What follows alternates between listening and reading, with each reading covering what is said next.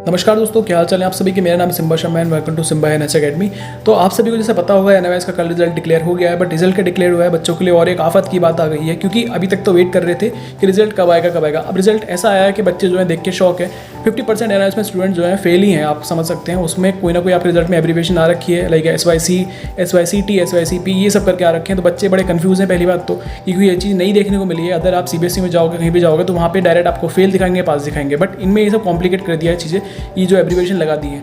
अब चलिए एब्रीवेशन आ भी गई है, अब इसका इलाज क्या है और बेस अब चलते हैं बोर्ड के ऊपर। बताता हूँ आपको पहले इनका मतलब क्या है सारी एब्रीवेशन का, आपके उसमें कौन सी आ रखी है कौन सी नहीं आ रखी, उसे आप देख के समझ पाएंगे। एंड सेकंड चीज़ इसका सॉल्यूशन क्या है कि आप इसमें क्लियर कर जाओ अपना। तो ठीक है, अभी बात करते हैं, अपने बोर्ड के ऊपर चलते हैं और वहाँ पे आपको समझाता हूँ।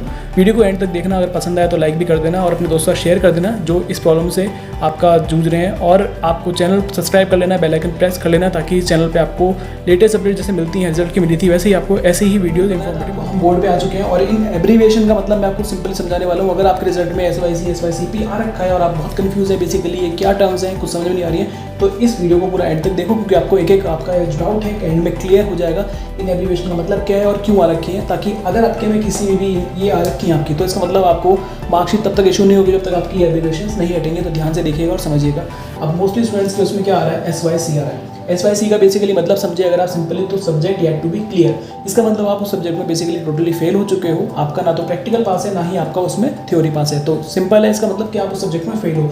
अब अदर बोर्ड में जो होता है वहाँ पे लिख देते हैं फेल, इसमें एनआईएस में क्या लिख देते हैं, SYC subject yet to be clear. दोनों का मतलब एक ही है। आई होप आप ये समझ गए होंगे। अब सेकंड बात कर लेते हैं SYCT क्या होता है। SYCT का मतलब है आपका कि subject yet to be clear in theory. इसका मतलब आप थ्योरी में फेल हो चुके हो, प्रैक्टिकल पास हो आप। सिंपली मतलब है इसका, थोड़ा सा समझने का ट्राई करो, आपको क्लियर हो जाएगा। आपके में अगर SYCP आ रखा है तो उसका मतलब है P यहाँ पे आ रखा है, इसका मतलब है प्रैक्टिकल में आप उसमें रह गए हो। प्रैक्टिकल एग्जाम आपको देना है, थ्योरी एग्जाम आप पास हो। SYCT का मतलब है कि थ्योरी एग्जाम देना है और प्रैक्टिकल में आप पास हो। ठीक है, अब आगे बढ़ लेते हैं थोड़ा सा। अब आ रखा है आपका IMPR। बहुत सारे स्टूडेंट्स के में ये भी आता है IMPR। अब बेसिकली ये थोड़ा इतना कॉम्प्लिकेट सा है कि बच्चे कंफ्यूज हो जाते हैं। बेसिक इसका मतलब क्या है समझिए, मतलब इसका मतलब है पास एंड अपीयर्ड फॉर इम्प्रूवमेंट। तो जो बच्चे आप उसमें सब्जेक्ट में इनके में आ रखा है, उसमें टेंशन की नीड नहीं है कोई भी, आप उस सब्जेक्ट में पास हो और ये सब्जेक्ट आपका वो है जो आपने इंप्रूवमेंट के लिए अप्लाई करा था अपना, उसमें आप पास हो चुके हो, तो कोई टेंशन की नीड नहीं है। ये जस्ट एक आपको बताने के लिए है कि आपका जो सब्जेक्ट पास करा है आपने वो इंप्रूवमेंट वाला सब्जेक्ट था, राइट। अब यहाँ पे क्लियर हो चुका है आपका। अब आ जाते हैं अपनी नेक्स्ट उस पर, आपका है ADDA। अब इसका मतलब क्या है, ये भी थोड़ी कन्फ्यूजिंग टर्म है। अब इसका मतलब सिंपली ऐसा है कि pass and appeared for additional subject. अब जिन बच्चों ने अपना एडिशनल सब्जेक्ट लिया होगा, अगर आप रेगुलर एग्जाम दे रहे हैं और उसमें आपने कोई एडिशनल सब्जेक्ट ऐड करा लिया, अपना कोई सब्जेक्ट ऐड करा लिया, उसका आपने अभी इसमें एग्जाम दिया था अप्रैल में, आप उसमें पास कर गए हो, तो आपके में ये एब्रीवेशन आएगी ADDA। घबराने की कोई बात नहीं है, पास हो आप उस सब्जेक्ट में, जस्ट ये बताने के लिए है कि आपने वो एडिशनल सब्जेक्ट पास करा है। आई होप आपको यहाँ तक थोड़ा क्लियर हो गया होगा। कोई भी क्लियर अगर नहीं हो रहा है कुछ भी है तो आप या तो व्हाट्सएप पे कॉल करो डायरेक्ट, या फिर आप अपना कमेंट छोड़ देना, मैं आपको रिप्लाई कर दूंगा उसका।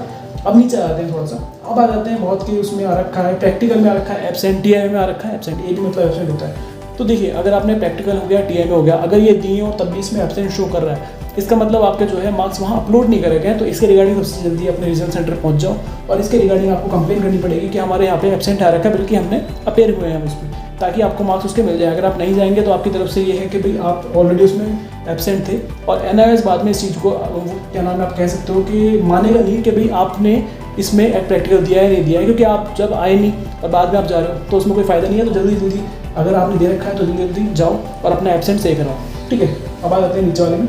अब आ जाते हैं आपका RW क्या होता है। RW बेसिकली RW और RL, ये दो टर्म ऐसी हैं जो बच्चों को बहुत कंफ्यूज कर रही है बेसिकली। इसमें RW की बात करें तो ये आ रहा है आपका रिजल्ट विड्रॉल विदहेल्ड, सॉरी।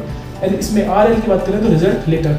अब दोनों का ही देखा जाए तो मतलब एक है, सिंपल मैं बताऊँ आपको, ये दोनों ही उनकी में आती हैं, या तो आपका रिजल्ट रोका गया है या आपका रिजल्ट चेकिंग पे है अभी, या फिर ऐसा भी हो जाता है बहुत सारे सेंटर में क्या करते हैं, आपको चीटिंग करते हुए पकड़ लिया अगर किसी टीचर ने, वो आपका रिजल्ट जो है रोक देते हैं। तो इस केस में अगर आप सब कुछ ऐसा हुआ है तो आपके में डेफिनेटली RW या RL आ रखा होगा।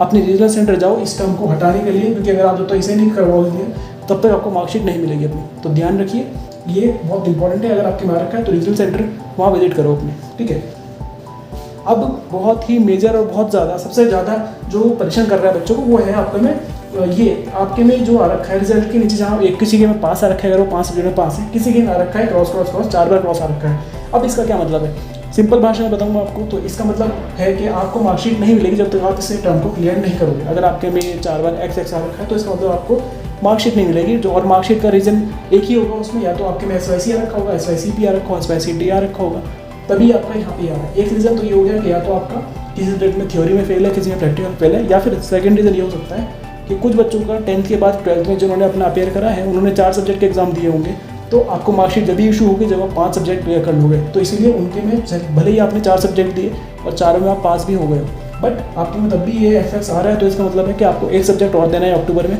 देन आपको 5 सब्जेक्ट की अपेयर होने की मार्कशीट मिल जाएगी फाइनली कि आप 5 सब्जेक्ट क्लियर हो। आई होप आप यहाँ सब क्लियर हो गया होगा थोड़ा सा। अब थोड़ा सा बात कर लेते हैं इनके सॉल्यूशन क्या है। अब देखिए हमने टर्म समझ ली पूरी बेसिकली और प्रॉब्लम हमारे सामने है, ठीक है। अब इसमें बात कर लेते हैं कि इसका सॉल्यूशन क्या है, सॉल्यूशन किस तरह हो सकता है। अब आप सबको मैं बताऊँ, आपके पास 2 मौके हैं। दो मौके ऐसे हैं कि आप अगर आपको बहुत ही जल्दी में कहीं एडमिशन करना है, आपको बहुत जल्दी है अपने रिजल्ट के लिए, उसमें आप जा सकते हैं ऑन डिमांड के ऊपर। ऑन डिमांड में एडमिशन दीजिए। ऑन डिमांड जिन्हें नहीं पता, बेसिकली NIOS की तरफ से ही एक एग्जाम कराया जाता है अपनी मर्जी में, आप अपनी कोई भी डेट सेलेक्ट करिए एंड आप फाइनली उसमें अपेयर हो सकते हैं। ऑन डिमांड अभी करंटली आपका जून, जुलाई, अगस्त 3 उस महीने में चल रहे हैं। 3 महीने में आप कोई भी डेट बुक करिए और आपका 45 डेज़ के अंदर अंदर गारंटी के साथ आपका रिजल्ट जो है आ जाएगा और आप इसे क्लियर भी कर लोगे। देखो इसमें जाने का फ़ायदा इसलिए है क्योंकि आप अप्रैल में ऑलमोस्ट बैठे थे अभी एग्जाम में, तो आपका जो है अभी एक रिवाइज है, मतलब आप कह सकते हो कि अभी आप जो है फ्रेश है, अभी आपका कोई भी सब्जेक्ट है तो कुछ सब्जेक्ट में रह गया अगर आपका मार्क्स, तो आप उसमें क्लियर कर जाओगे अभी। इसीलिए इसका फ़ायदा है। इसमें एक नुकसान ये है कि TMA के मार्क्स इसमें अपलोड नहीं करे जाते, TMA के मार्क्स इसमें ऐड नहीं करे जाएंगे। फॉर एग्जाम्पल आपने रेगुलर एग्जाम दिया होगा अप्रैल में, उसमें TMA के मार्क्स, आपका जो रिजल्ट आया वो TMA के मार्क्स जोड़ के आया है, बट ऑन डिमांड में जो आप दोगे उसका री एग्जाम तो TMA के मार्क्स नहीं जोड़े जाएंगे। तो इस चीज़ का बहुत ध्यान रखिएगा। अगर आपको ऑन डिमांड में कोई दिक्कत आ रही है, सीट कैसे बुक करनी है, अगर आपको करानी है तो आप मुझे व्हाट्सएप करिए या फिर कॉल कर लीजिए, आपकी सीट बुक कर दी जाएगी, कोई दिक्कत नहीं है। सेकंड ऑप्शन आपके पास बनता है अक्टूबर नवंबर के 22 सेशन वाले में अपेयर हो जाना। अपनी सिंपली आपके एग्जाम भी अभी ओपन है, उसमें एग्जाम फी पे करो और आप उसमें अपेयर हो जाओ, वो भी आप क्लियर कर जाओगे, कोई दिक्कत नहीं है। वो जैसे आपने अप्रैल के एग्जाम दिए ऐसे ही अक्टूबर के एग्जाम होंगे, वो रेगुलर एग्जाम होते हैं, उसमें TMA वगैरह सारी चीज़ें होती हैं। आई होप आपको ये थोड़ा बहुत क्लियर हो गया होगा। अगर अब भी नहीं हुआ है तो मुझे डायरेक्ट कॉल करके पूछ लेना, कोई डाउट हो।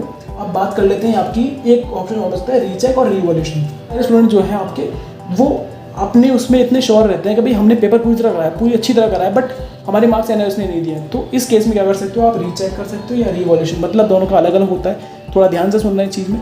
अगर आप बहुत श्योर हो कि आप पास हो गए हो बट आपको NIOS ने फेल कर दिया, तो आप जो है रीचेक के लिए जा सकते हैं। मतलब आपकी उसमें होता है क्या, आपके मार्क्स की काउंटिंग होती है। ध्यान रखिए, रीचेक में क्या होता है, मार्क्स की काउंटिंग होती है, रीचेक होते हैं मतलब, और दोबारा से जो मार्क्स आपके आए हैं वो आपके रिकाउंट होकर वहाँ पे शो कर दिए जाते हैं। और एक होता है रीइवैल्यूएशन, उसमें आपके आंसर्स भी चेक होते हैं, देन फाइनली मार्क्स निकाले जाते हैं। तो अगर आप जाना चाहें तो मेरी एडवाइस आपको ये रहेगी, इन दोनों में से आप रीइवैल्यूएट के ऊपर जाएंगे, क्योंकि वहाँ पे आपके आंसर भी साथ में चेक होंगे। क्योंकि अगर आप मार्क्स चेकिंग कराएंगे खाली तो उसमें वही मार्क्स जो दिए गए हैं वही आपके आ जाएंगे, बट आंसर चेक कराना इसलिए इंपॉर्टेंट है क्योंकि अब जब दोनों में आप अप्लाई कर ही रहे हैं, अगर आपके आंसर ही गलत करे होंगे चेक उन्होंने, तो इसीलिए आपका रिजल्ट पुअर निकाला है। तो मेन आप इसकी तरफ जाएंगे, रिवॉल्यूशन की तरफ जाएंगे, वहाँ पे आपके आंसर भी चेक होंगे। तो आई होप आप सभी को थोड़ा क्लियर हुआ होगा जो भी है। आई नो थोड़ी वीडियो थोड़ी लंबी बन गई है, बट चीज़ को समझिए, जो मेन रीज़न है उस चीज़ को समझिए और खुद ही अपने स्टेप लीजिए।